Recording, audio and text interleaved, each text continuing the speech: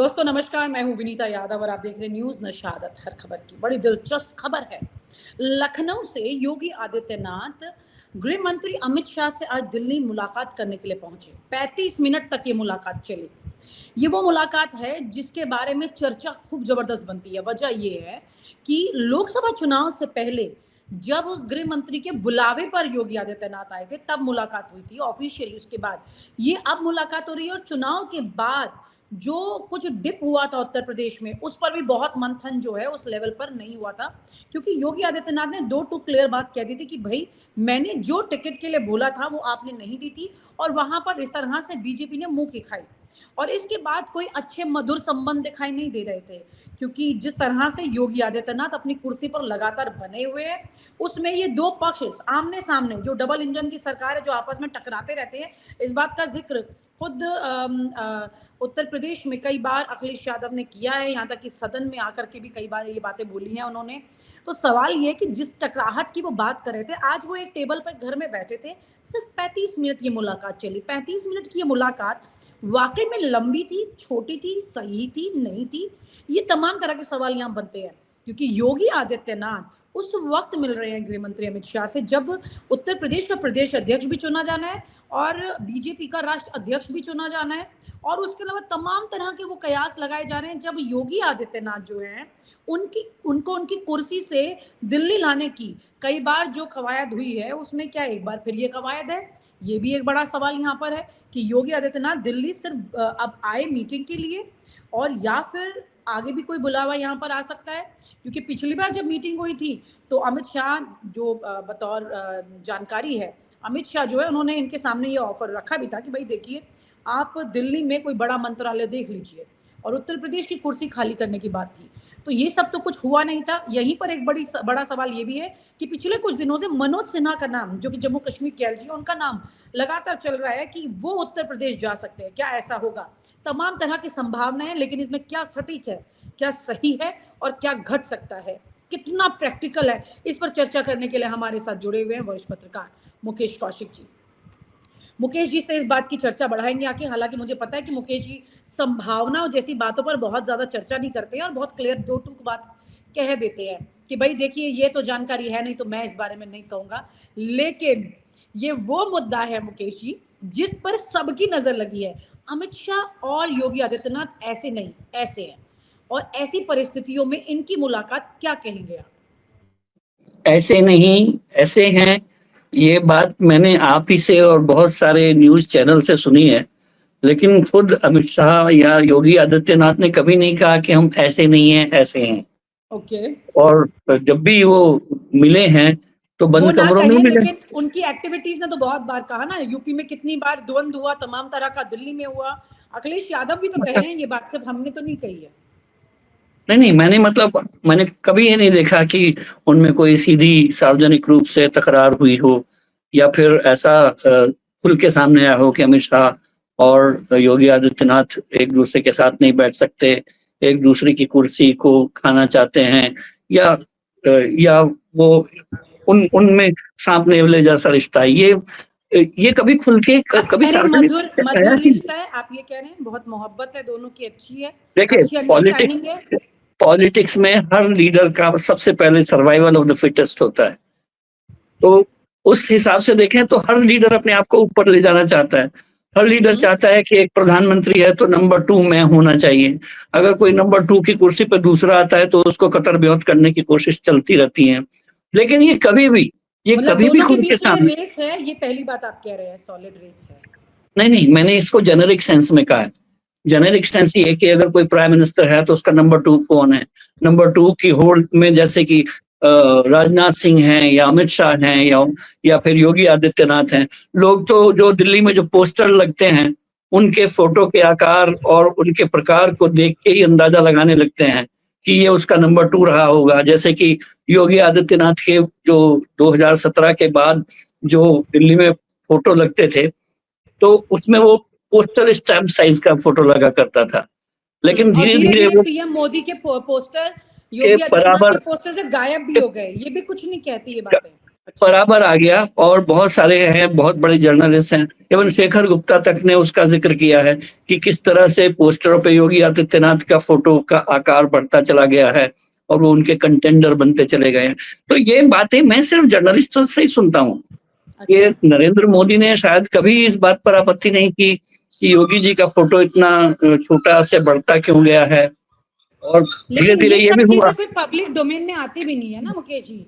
ये तो हाँ, आप और हमारे जैसे पत्रकार ही जानते हैं कि अंदर क्या घट रही है परिस्थिति, जिसे ऑफिशियली तो कहा नहीं जा सकता, अनऑफिशियली कहा जा सकता है। ये तभी तो चर्चाएं बाहर निकल के आती हैं। तो मैं अनऑफिशियली को ऑफिशियल में कैसे बनाऊं, मुझे ये समझ में नहीं आता है कि ठीक है, कोई जब बात नहीं। तक आप मेरे इस पास ये मीटिंग को ठोस कैसे सबूत देखते ना हैं हो। ये बताइए। आज की मीटिंग जो है, आपकी नजर में आपको लगता है कि इन दोनों की मुख्यमंत्री की मीटिंग और गृह मंत्री की मीटिंग ये किस तरह के संकेत दे रही है? मैं दरअसल इसको आज की मीटिंग को आज के ही रूप में संदर्भ में मैं नहीं देखता हूँ। इस मीटिंग को आप 2024 के चुनाव नतीजों के बाद की जो कंटिन्यूटी है या जो उठापटक है उसके परिप्रेक्ष्य में देखना चाहिए। उत्तर प्रदेश में भारतीय जनता पार्टी ने बहुत नुकसान उठाया और 63 सीटों से घट के वो 33 सीटों पर आ गई। समाजवादी पार्टी जो उसकी मेन कंटेंडर है, वो सबसे बड़ी पार्टी बनकर उभरी लोकसभा सीटों के संख्या के हिसाब से। कांग्रेस जैसी मरी हुई पार्टी को लोकसभा में सीटें उत्तर प्रदेश में जीतने को मिली, तो कुछ तो गड़बड़ था उत्तर प्रदेश में। आज तक हम लोग या भारतीय जनता पार्टी ये तय नहीं कर पाई है कि ये किसकी हार थी। अगर आप पार्टी ऑफिस में जाके देखें तो वहां जाके कहते हैं कि योगी आदित्यनाथ का अपने विधायकों से, अपने कार्यकर्ताओं से संपर्क टूट गया था, इस वजह से, और वो मिलते नहीं थे।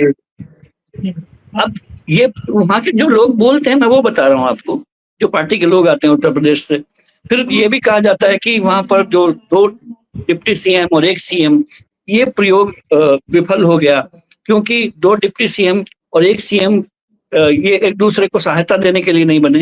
ये 3 दरबार उत्तर प्रदेश में खुल के बैठ गए और फिर होता ये था कि दरबारों में कौन लेता, किसके पास जाता है। अगर कोई इस डिप्टी सीएम के पास जाके दूसरे पे जाता था तो ट्वीट पर सब लोगों को पता चल जाता है कि आज का ये विधायक इससे मिला है और अगली बार उससे जाके मिला। ये सब सार्वजनिक रूप से होता रहा। तो ये जो अलग अलग 3 दरबार की व्यवस्था हुई और ये जो आरोप लगे कि सीएम का अपने लोगों से, अपने विधायकों से संपर्क टूट गया है, वहां की सरकार ब्यूरोक्रेसी के भरोसे चल रही है, इस तरह के आरोप पार्टी मुख्यालयों में आते रहे हैं और जाते रहे हैं। लेकिन अभी तक जो भारतीय जनता पार्टी ने अपना इंटरनल असेसमेंट उत्तर प्रदेश की हार का कराया होगा, वो अभी तक क्लियर नहीं है कि उसमें हारा कौन था। लेकिन मुझे लगता है कि अगर इस हार को आप टुकड़ों में बांट के देखेंगे कि नहीं, लोकसभा चुनाव में जो हार हुई वो मोदी की है, विधानसभा चुनाव में जो जीत हुई वो योगी की है, या फिर ये पार्टी की जीत नहीं है, योगी की हार है, ये बिल्कुल गलत नतीजों पर आप पहुंचेंगे।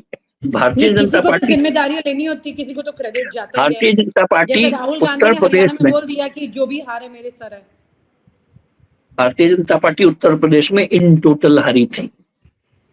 राम राम की प्रतिष्ठा होने के बाद अयोध्या में हमने ये उम्मीद की थी कि इस बार 63 नहीं, सारी की सारी 80 की 80 सीट भारतीय जनता पार्टी के खेमे में जानी चाहिए, उसके झोली में जानी चाहिए। भारतीय जनता पार्टी को भी यही लगता था और इसको टिकटों के बंटवारे का दोष कहिए या योगी की छवि कहिए या मोदी की छवि कहिए, तीनों को भारतीय जनता पार्टी को रिजेक्ट किया गया उत्तर प्रदेश में।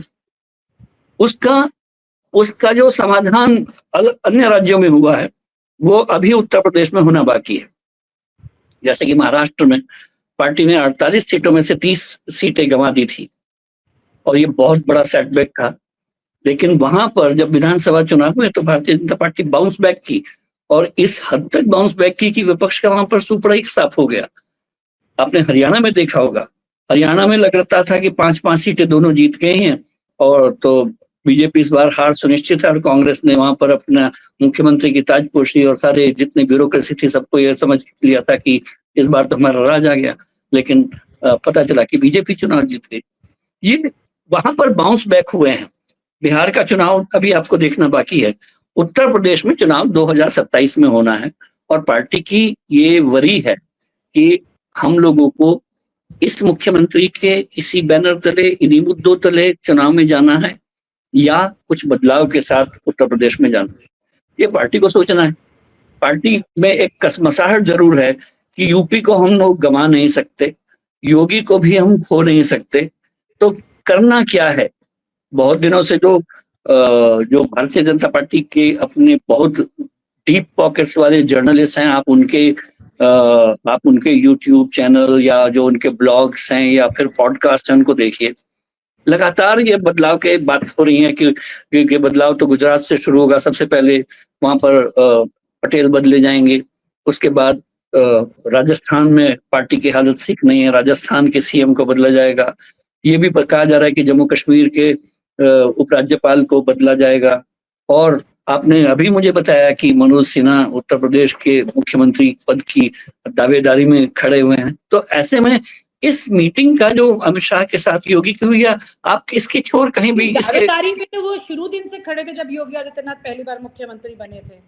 लेकिन जो बनता है दावेदारी वही होती है, उसी की मजबूत होती है। हाँ, तो ये आप ऊपर से किसी को, मतलब योगी एक ऐसा नाम है उत्तर प्रदेश में, मुझे लगता है कि योगी एक ऐसा नाम है उत्तर प्रदेश में जिसने अपने आप को खुद को एस्टेब्लिश कर लिया है। और भारतीय जनता पार्टी के साथ एक वो ब्रांड जो मोदी की ब्रांड है, जो भारतीय जनता पार्टी की ब्रांड है, एक योगी ब्रांड भी उत्तर प्रदेश में है। तो इस ब्रांड को पार्टी कितना आगे ले जाना चाहती है, इस पर भी हो सकता है इन लोगों का डिस्कशन हुआ होगा। ये कहाँ इस समय की भारतीय जनता पार्टी उत्तर प्रदेश में किस ऐसे भाषण याद आते हैं मोदी जी के या अमित शाह जी के उत्तर प्रदेश में, जहां पर उन्होंने योगी ब्रांडिंग को बहुत हाइप करके बताया? मुझे नहीं लगता कि योगी की को वो हाइप करना चाहेंगे। ये लोग आपस के नंबर 2 नंबर 1 के लोग हैं। राजनाथ सिंह हो, योगी आदित्यनाथ हो, अमित शाह हो, प्रधानमंत्री मोदी हो, पार्टी में ये सब एक बड़े शीर्ष नेतृत्व के लोग हैं और हर एक का एक दूसरे से एक वन अपमैनशिप का रिश्ता होगा ही, इसमें कोई दो राय नहीं है। लेकिन ऐसे में योगी ने तो हमेशा प्रधानमंत्री को सराहा, यशस्वी प्रधानमंत्री कहा है। तो पलट के प्रधानमंत्री की जितनी भी सभाएं हुई हैं, उन्होंने योगी को कहा है यशस्वी मुख्यमंत्री और लोकप्रिय मुख्यमंत्री। तो देखना पार्टी को खुद को है कि वो अब कितने लोकप्रिय हैं और उनको कितना प्रिय है इनको। लेकिन आपने एक बहुत सारी बातों में अहम बात की कि जो ग्राफ उत्तर प्रदेश में गिरा, जो डेंट बीजेपी को 2024 में लोकसभा चुनाव में मिला, उस डेंट की भरपाई तो नहीं हो पा रही है। और ये नंबर तो मिलते हैं, कोई कितने भी सब्जेक्ट का एग्जाम दे के आएगा, वो जाएगा पेपर में जब लिखेगा उसके बदले में उसको नंबर मिलेगा, नंबर से ही फिर स्टूडेंट का लेवल काउंट हो जाता है। ऐसा ही कुछ यहाँ पर भी है, किसी को हटाना और किसी को वापस रखना या रिटेन करते रहना, ये सब इस पर निर्भर करता है ना। तो योगी आदित्यनाथ कितना कंटिन्यूटी कर पाएंगे इतनी बड़ी हार देने के बाद? भारतीय जनता पार्टी की हार सिर्फ यूपी में नहीं हुई थी। मुझे लगता है कि हम लोग नंबर्स भूल जाते हैं। उत्तर प्रदेश में भारतीय जनता पार्टी ने आधी सीटें गंवा दी थी, लेकिन आधी सीटें तो हरियाणा में भी गंवा दी थी, आधी सीटें तो राजस्थान में भी लगभग गंवा दी थी। 11 सीटें हारना राजस्थान में लगभग आधी सीटें हैं, महाराष्ट्र में आधी से ज्यादा सीटें गंवा दी थी। तो सिर्फ यूपी में गंवा दी थी ये कह के हम लोग ये कह सकते हैं कि योगी का करिश्मा डाउन हो रहा था। लेकिन ओवरऑल तो इन सारे जो उत्तर के राज्य थे, इनमें अगर हाफ सीट का नुकसान हो रहा था तो किसकी पॉपुलैरिटी कम हो रही थी? तो पार्टी की जब सेटबैक होते हैं वो सिंपल एक व्यक्ति तक सीमित नहीं होते हैं। और लेकिन पार्टी में ये जरूर होता है कि उसका घड़ा फोड़ने के प्रयास एक दूसरे प्रतिद्वंदी पर होते हैं। अगर हरियाणा की हार, राजस्थान की हार, महाराष्ट्र की हार, उत्तर प्रदेश की हार, इन सबको इन टोटलिटी में रखें तो क्या होगा? हरियाणा में कौन हारा था फिर?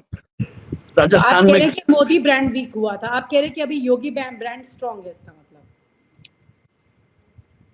ये मैं नहीं कह रहा हूँ, ये आंकड़े जो जितने रिजल्ट है ना, जो रिजल्ट कह रहे हैं कि मोदी जी कमजोर हो गए इसमें। मोदी जी कमजोर क्यों नहीं होंगे? 10 साल के बाद कोई व्यक्ति अगर लगातार 5 साल का राज में वो बहुत ऊंचाई पर थे, 2019 में राष्ट्रवाद के शिखर पर थे, लेकिन 2024 का चुनाव उनके लिए वास्तव में चुनौती था। पर फिर से एक बार हम जर्नलिस्टों को देखना चाहिए, जो बीच बीच में आकलन विदेशों में होते रहते हैं, कि ऑपरेशन सिंदूर होने के बाद क्या ये पॉपुलैरिटी डाउन हुई है या अप गई है? हाँ, आप बताइए। मुझे लगता है कि ऑपरेशन सिंदूर से प्रधानमंत्री मोदी का जो ड्विंडल हुआ था 2024 में, जो पॉपुलैरिटी डाउन जा रही थी, वो एक बार फिर से ऊपर उभर के आई है। अगर फर्ज करिए डोनाल्ड ट्रंप ने जो रायता कूटनीतिक ढंग से बिखेरने की कोशिश की, अगर वो नहीं बिखरा होता, रायता तो फैला दिया ना, फिर कहाँ आप हुई, खेल तो खराब कर दिया ट्रम्प। मैंने कहा कि अगर डोनाल्ड ट्रंप ने कूटनीतिक रायता नहीं फैलाया होता तो ये पॉपुलैरिटी कहीं और ऊपर होती।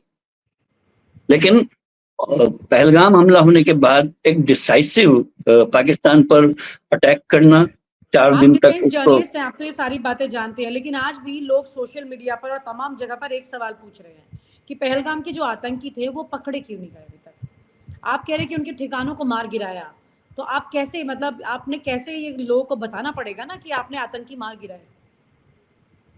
देखिए, बहुत सारी कमजोरियां हैं जो विपक्ष सामने ला रहा है।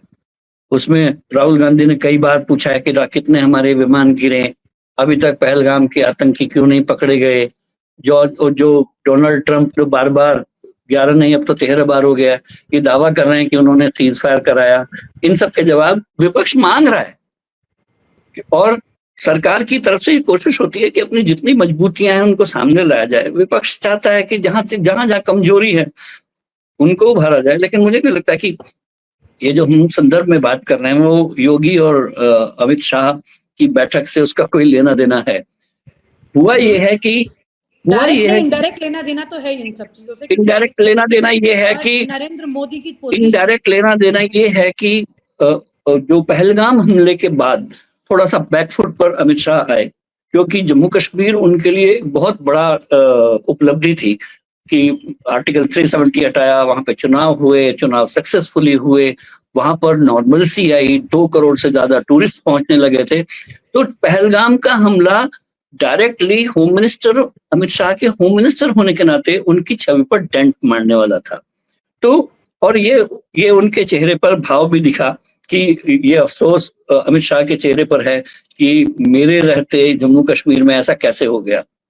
इससे पॉलिटिकल नजर में किसका बड़ा कद दिखाई देता है? दोनों अलग अलग बड़े पदों पर हैं, संवैधानिक पदों पर हैं।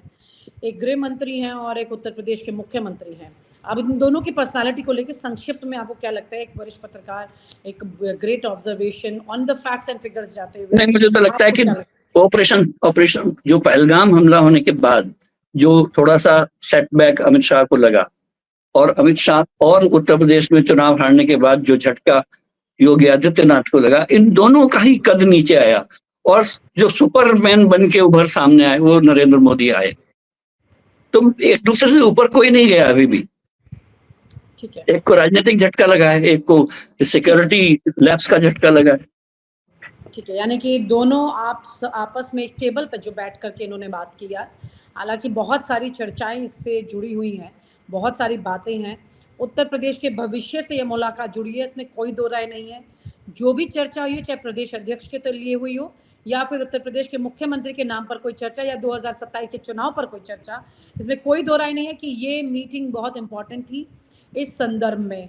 वहीं दूसरी तरफ दोनों का कद आपने कहा कि कम है और नरेंद्र मोदी का इनसे ज़्यादा है, तो उतना सच तो लोग जानते हैं कि उनका ज़्यादा, वो प्रधानमंत्री अभी लीडिंग हेड वही बन के चल रहे हैं। भले ही 13 बार रायता फैला दिया और ट्रंप ने, उसके बाद भी अगर कोई उन्हें क्रेडिट दे रहा है चीज़ों का, तो इस पर भी सोचने विचार करने की बात है। बहुत बहुत शुक्रिया, thank you so much Mukesh ji for talking to us, thank you so much.